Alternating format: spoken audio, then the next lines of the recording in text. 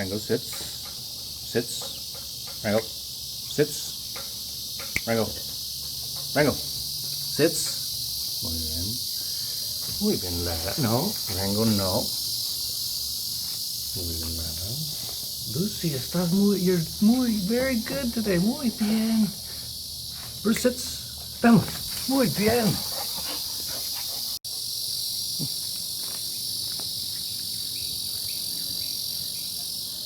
Lucy sat right off the bats today. That's rare. What's going on, Lucy? It's not like you. So, I was thinking today about, and a little bit over the last few days, about worrying and fear of new things. This seems to be a big issue that a lot of people have. You hear it all the time. I'm too scared to try it fast, right? Oh, I don't know. I've never done it before. All these kind of things. And this happens to me too all the time. Less and less over time, but happens to everybody. And I really noticed this when I was thinking about doing a dry fast. So I've been fasting, as many of you probably know. I started with juice fast, then I did a master cleanse, and I've been fasting quite a bit. Now I'm intermittent fasting all the time. So you would think the thought of a dry fast, which is just no food or no water, wouldn't be that, outside the ballpark of, what I've been doing. But when I was thinking about doing it, I was a little bit, not much. Like, I'm getting so much better because I've tried so many things now, and every time I try something, it's never as bad as I thought it was going to be, as hard. So you just get used to that over years and years and years. But even myself, I was a little bit worried about, what exactly would happen. And Jetty, no. Jetty, Ben. Jetty. Jetty. Jetty, Ben. Jetty. Jetty, yeah. Jetty. Jetty. Yeah. Yeah. Jetty. No. Jetty. Okay. Jetty's always a troublemaker. But yeah, I was like, I don't know what's going to happen. Can I actually go like 24 hours without food or water? And there's only so much you can read and look at on the internet. A lot of this stuff you just got to kind of see and feel for yourself. But it reminded me of the time when I was first thinking about doing a juice fast. And I remember that was like, a year ago. And I think I first really heard about it from Nathan Freeman's wife, Lisa Freeman. Nathan runs in Acapulco. And she did a juice fast, I think like over a year ago. And I wanted to try it, but it seemed like crazy to me. Like, how could I possibly go 3 days without food? And I pretty much put it off for about a year. And in retrospect, looking back, it's like, why did I do that? Because right from my very first juice fast, so much changed for me. On my very first juice fast, on the second day I quit smoking. And this was not a plan at all. This wasn't even a thought in my mind. Jetty! Jetty, Ben? Jetty, Ben? It's crazy.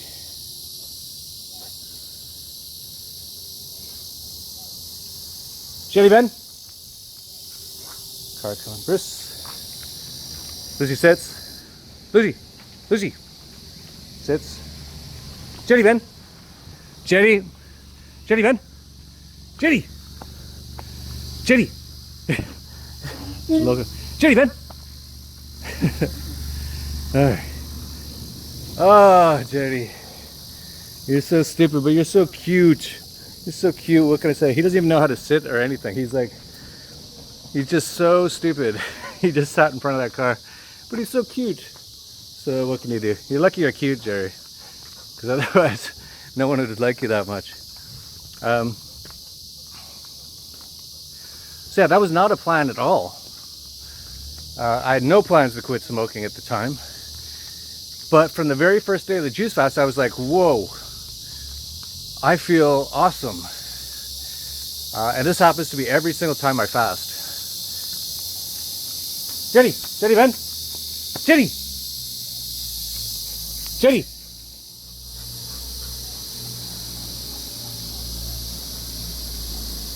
Lucy, Ben. Muy bien, Lucy, muy bien. Gracias.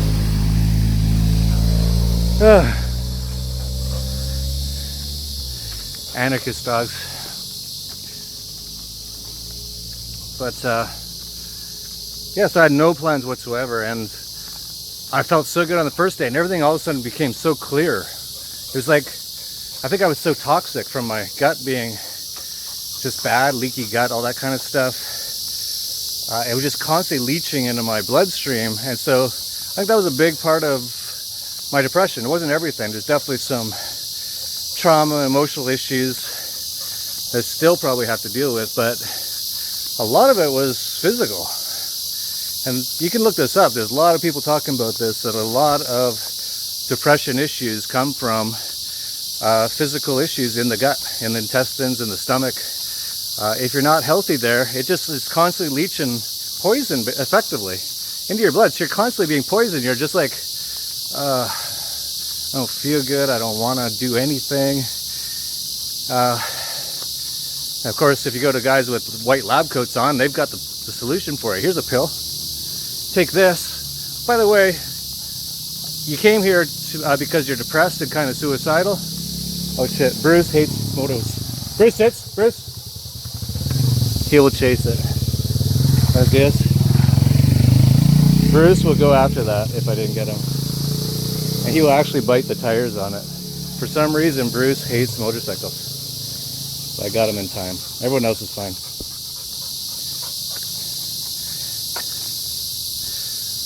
But yeah, feel a little depressed, feel a little suicidal, come to me. I got a white lab coat on, and I'm an idiot who's never done anything or had these problems myself. But I've got a bunch of very expensive chemicals that will treat the symptoms, not the actual root cause, ever. No, that would be, I wouldn't have a job then. So I need to slowly kill you over time. So here, you're depressed, and you're kind of suicidal, take this pill every day. By the way, one of the side effects is suicidal thoughts. And people buy this stuff. There's actually literally, I think it's something like 20% of women in the US are on these things. That explains a lot of how screwed up a lot of the people are there. Don't get me wrong, a lot of people think I'm an American hater or whatever. No, but there's a lot of problems there, absolutely. And a lot of people are really screwed up because of it. And I consider most of them to be victims, not the cause of these problems. It's just sad. I don't. Excuse me. Woo! Oh, that was good.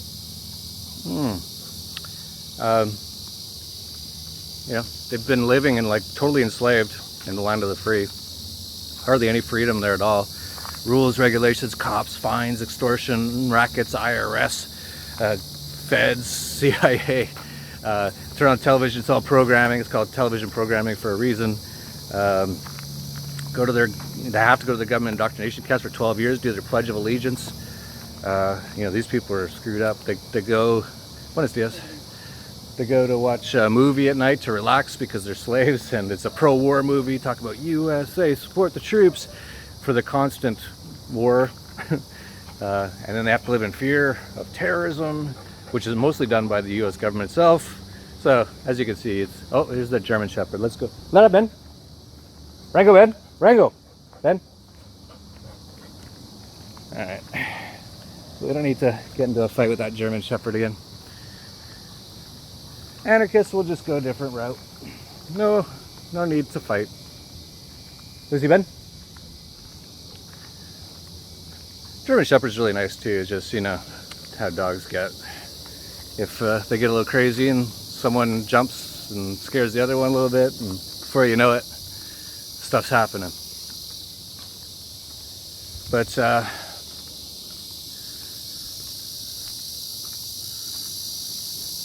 yeah, so anyway, my whole point of this whole thing was that I wish I had fasted earlier, because within a day, it was really just a day, and I was so worried about that one day. I kept thinking, and this is what everyone does, this is why I want to make this video, is because there's a lot of people out there who've done this, I'm sure, and they kind of just need to hear this, reinforce this. Like, don't worry so much.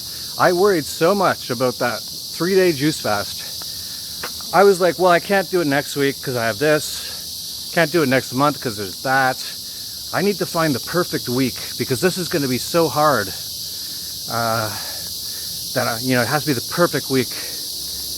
I forget what exactly happened, but finally I found a time, and I think I finally just said, you know what, this is getting stupid, I keep putting it off, I just got to bite the bullet and do it. And I sent my driver down to Verde Vegan here, and they bought a day's worth of juice for a juice fast, and I started, and pretty much like by the late afternoon I was already feeling amazing. I was like, why did I wait to do this? Like, I haven't felt this good in a long time. Second day felt even better. Third day I was like, I'd never felt that good. I don't remember ever feeling that good. And I was like, why did I wait so long to try this? So that's sort of my point on this, is don't, you know, you worry too much about what it's going to be like, and it's going to be so hard. That worry, if you added all that worry up, is way worse than anything that could have even happened during the juice fast, right? So, Lena, Rango, Ben, Rango. That's usually what takes a toll on most people. Some people are like worried all the time. Like every day, all day. About something happening. Well, if you're worrying about it all day, every day, that's even worse than it actually happening. Because when whatever it is happens, I don't even know what they're worried about, but let's say they're worried, I don't know, they're going to get cancer or something. I don't know what they're worried about, but if you're worried about that every day, first of all, you'll probably get cancer, because you actually create your own reality. Your subconscious actually creates it. So if you're every day concentrating, your attention is focused on cancer, you'll get cancer. This is pretty much like common like knowledge. Like, this is how things work. I don't know why they work that way, but that's how it works. Not to mention, a lot of people, whenever they get the thing that they were really worried about, maybe it's cancer or whatever, they almost feel a sense of relief, because now they don't have to worry about it anymore. It's like, man, you wasted all those years just worrying, and you actually made yourself sick worrying. You worried sick. There's a phrase, another phrase hidden in plain, right in front of you, right? You're worried sick. Yeah, you can actually worry yourself sick. And that's what most people do. And what happens, like a lot of people, when they worry about stuff, I'll give you a really good example. A lot of people, when I bought a sailboat, a lot of people say, oh, don't, you know, so dangerous, and, you know, you could sink it, and, you know, all this kind of stuff. And I wasn't really worried about that. But I did have my ex-girlfriend, who was with me at the time when I sank my boat in El Salvador in a storm, in the craziest storm I've ever seen. And she was worried about it. And then once it happened, and once we got to the shore, we actually got saved by some local sailors. The El Salvador Navy said in the media they came and saved us. They didn't at all. They came like a day or two later, and then for a photo op to say they saved us. But it was actual private sailors, one from the US and one from New Zealand, I forget the other one. Anyway, it wasn't that big of a deal. But, you know, a lot of people would say, don't go on a sailboat like that and try to sail around the world because you might sink it. Well, as soon as we got to the shore, I looked at my ex-girlfriend, and she looked at me, and I said, I don't think I've ever felt this good in my life. And she said, me either. We were both definitely vibing on the adrenaline. Absolutely. It was awesome. And but she said, you know, that was the best thing that ever happened to me. And this is like minutes after we got to the shore.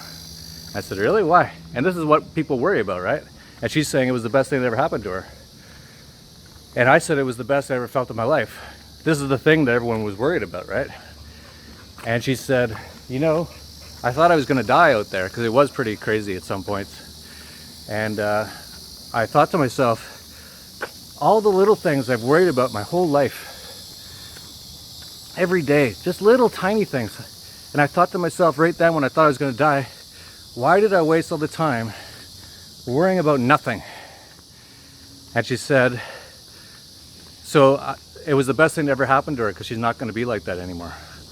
So that's what often happens, is when these bad things happen, it's often the best thing that ever happens to anyone. So then why worry about this stuff, right? Now some people might say, oh, but what if I worry about being in an earthquake and being trapped in rubble, and then the rubble gets lit on fire and I burn alive while I'm trapped? It's like, yeah, that would suck. Really weird to worry about that, so the chances are pretty slim.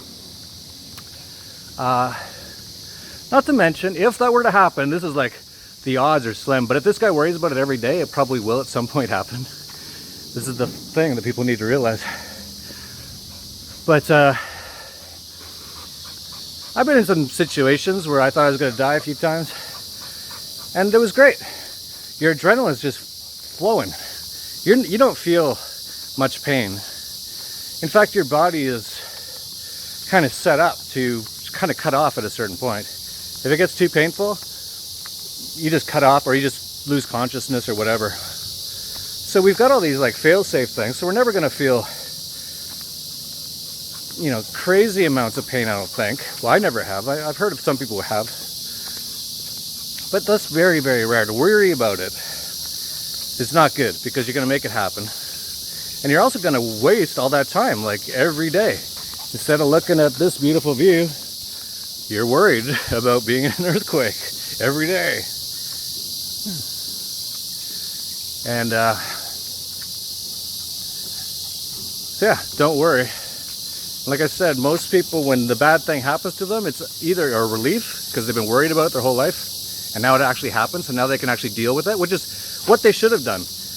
What they should have done is never worry about it their entire life, so that entire time they're just like enjoying the now, enjoying the moment, living in the now. That's another whole story. And then when it happens, then deal with it. But if it's not happening right now, there's really almost no point in thinking about it. Of course, there is some planning. So if what you're worried about is, say, a financial collapse, probably a good idea to be worried about that. Not be worried, but to be thinking about that. To know it's possible. It's probably good to know that's possible, because then you can protect yourself. You can even profit from it if you want. Nothing wrong with profit. We actually need some people to profit off these things so they can rebuild after the crisis, right? And I still have some assets left.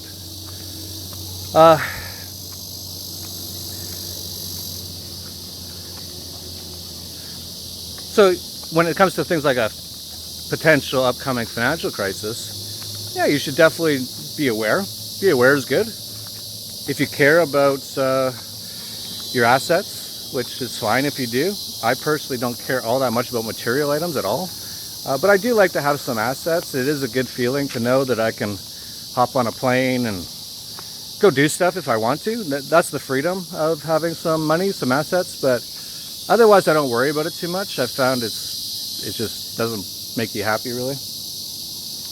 But yeah, sure, definitely plan a little bit. Buy some precious metals, buy some Bitcoin. But don't worry about it. Absolutely don't worry about it. In fact, I think after this financial crisis, which is going to hit the US the hardest, I think, it would be the best thing that has ever happened to literally millions and millions of Americans. And it's like what I was saying, like once these sort of crisis happens, once these things that people worry about happens, first of all, it's almost a sense of relief. Second of all, some people need that slap. And so many Americans today, and it's not just Americans, people everywhere, but so many Americans in particular, so bought into all these lies. We're in the land of the free.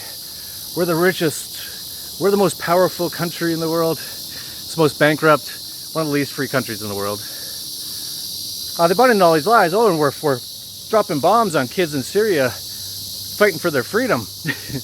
Really. So they're completely brainwashed. Like I mentioned earlier, so many people are on antidepressants because they're totally enslaved. But they also have this cognitive dissonance. It's like, well, I do live in the best country, but I'm also a total slave. And so once this all collapses, and they're also eating like crazy, so many people. So they're just drowning their unhappiness in food. And you can see that in so many people across the world, here in Mexico even as well. Eat, eat, eat, fat, fat, fat. The best thing that could happen to so many people is for everything to collapse, and they're like they wake up one day and they just look and it's like this, and they're like, you know, nothing's working, everything's shut down, the financial system collapses, they lose their job instantly, everyone loses their jobs, and they just wake up and they go, maybe I should just go for a walk in the woods. And they'll be like, hey, I feel kind of better. And because I'm doing this, I don't feel the need to eat McDonald's or anything. Maybe I'll have an apple. Eat an apple.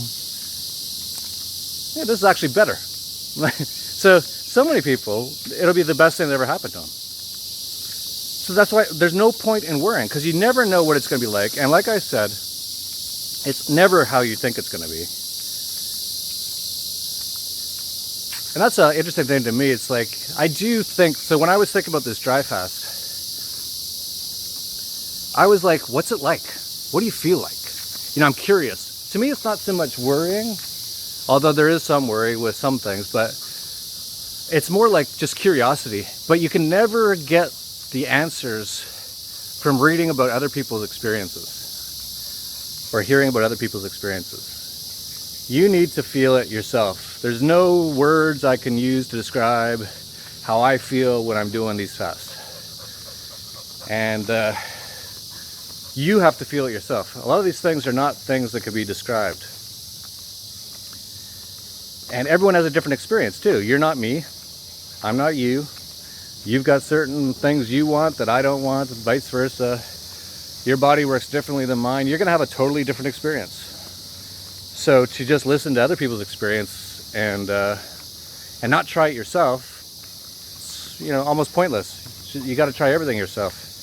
And as you try these things, that's the other thing too. So there's a lot of people who never try anything.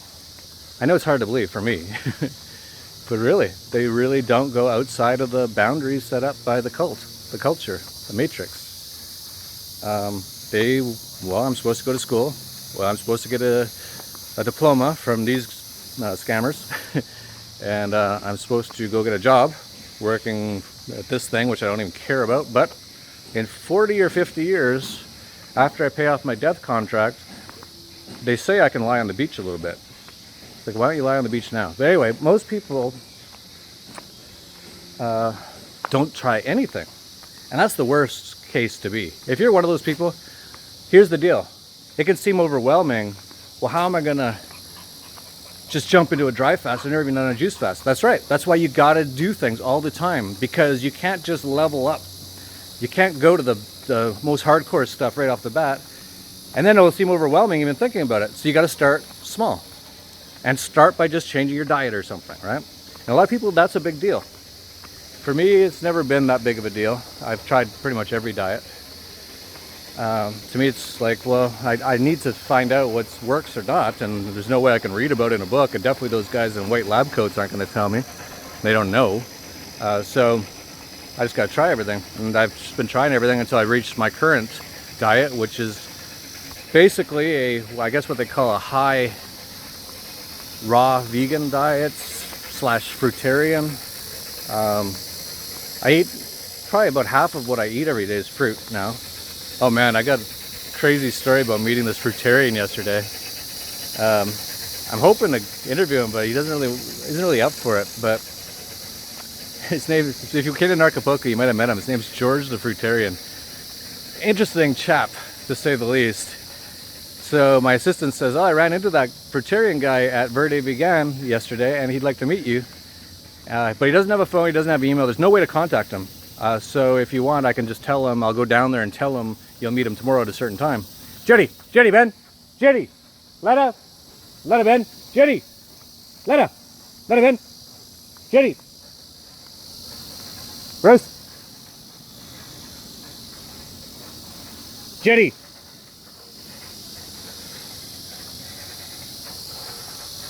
So I go down there, and he's got this big stack of mangoes, and I'm like, oh, he must have just got back from shopping or something. And as we're talking, and he's like, yeah, I'm 100% fruit diet. I don't live anywhere. I'm a permanent traveler.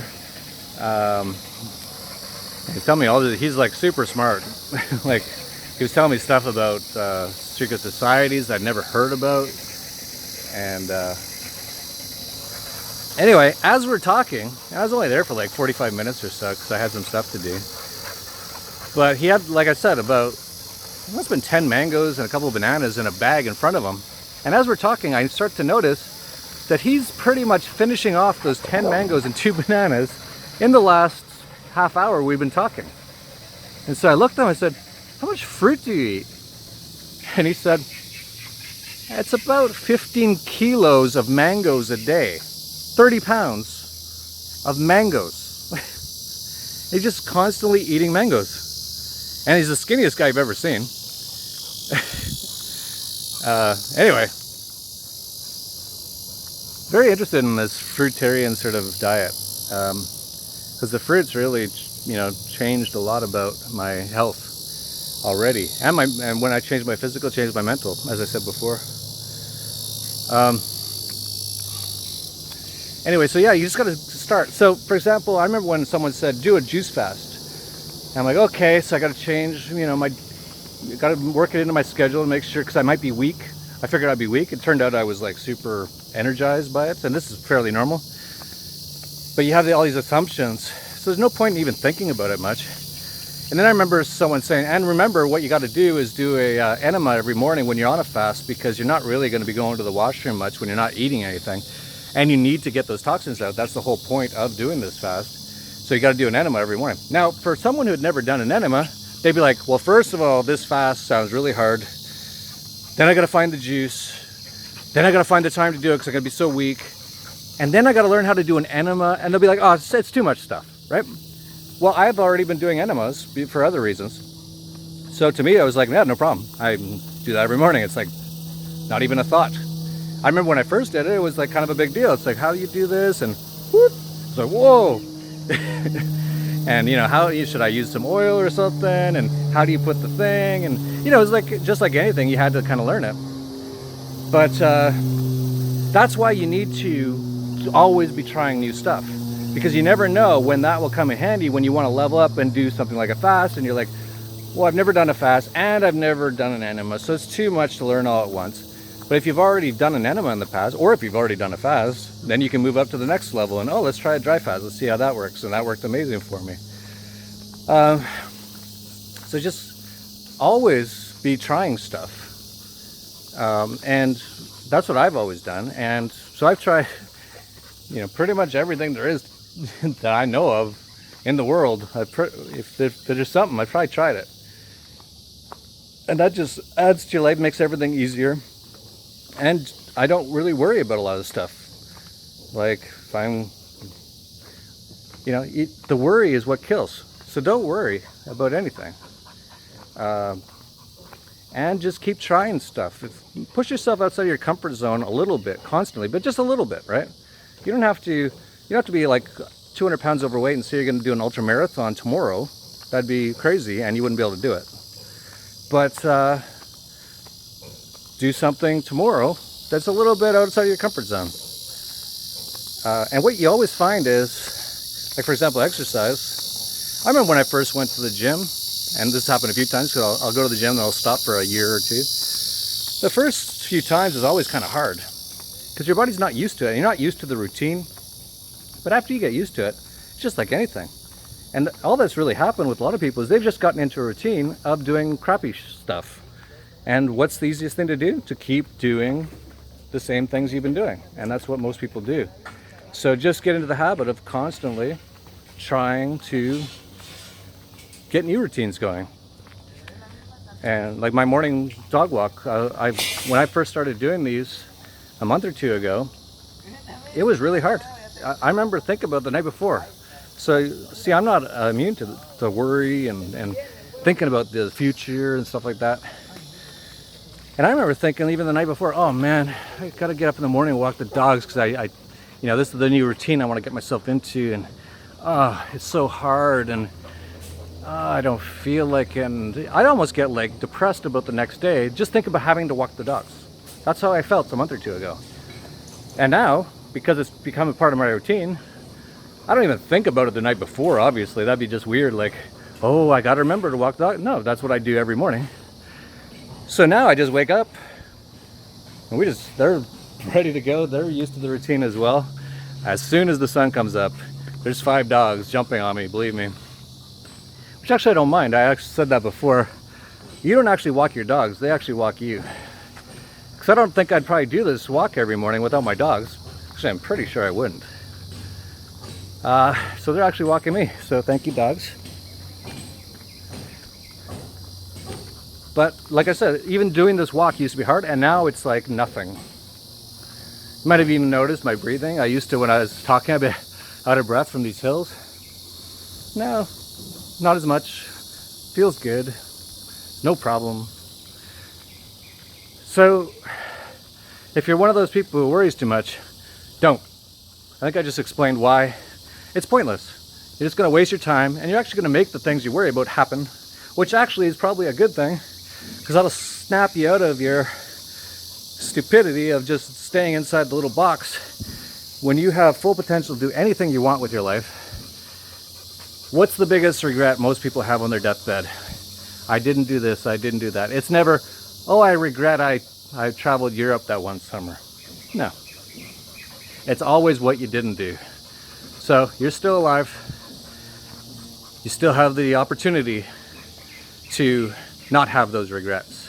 And it starts with something simple. Just stop worrying so much. And that meditation will help with that. Just get the mind under control. That thing will go nuts. You gotta just tell that thing to calm down. And don't even listen to it, really, is the point at the end of the day. Use it for what it's good for. You know, it's good at, you know, stuff that you need to get done, like little things. But when it comes to like, what am I gonna do with my life, or you know, being happy, this thing is not gonna help you. It's your enemy, actually. So you gotta get under control, stop worrying. And like I said, if you're not used to doing things outside of your comfort zone, start by just little things every day, and it always adds up. Start tomorrow. Eat an hour earlier or later for breakfast. Try a little bit of intermittent fasting. That's not that hard, right? An hour later? Is that hard? If that's hard, try half hour. Do little steps if you have to do it. But every day, do something to kind of get yourself outside of your comfort zone. And once you do, life is much, much better.